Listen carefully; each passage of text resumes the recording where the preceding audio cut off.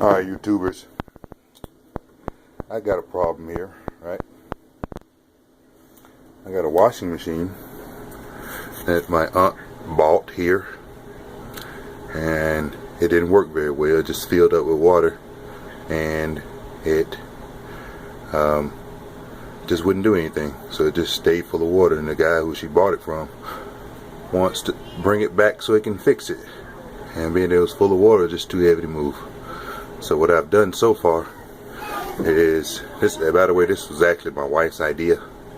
So what I did was, what she suggested was getting a shop vac and vacuuming the water out versus doing anything else. So that's pretty much what I'm doing. So I got a standard shop vac here,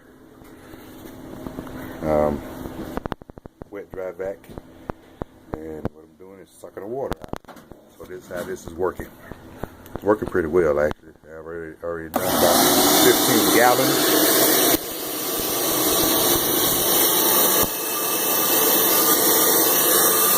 And you see how well it's working. Sucking all the water up out of there.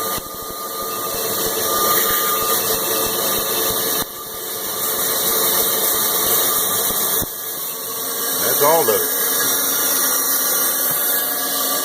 That's one way to get the water out of your washing machine if it doesn't work and it fills up with water.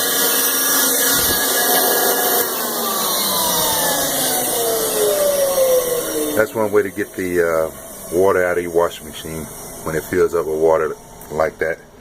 Other ways, there's some other ways out there on YouTube, but I found this to be the best way. Actually, this is my wife's suggestion, so there it is.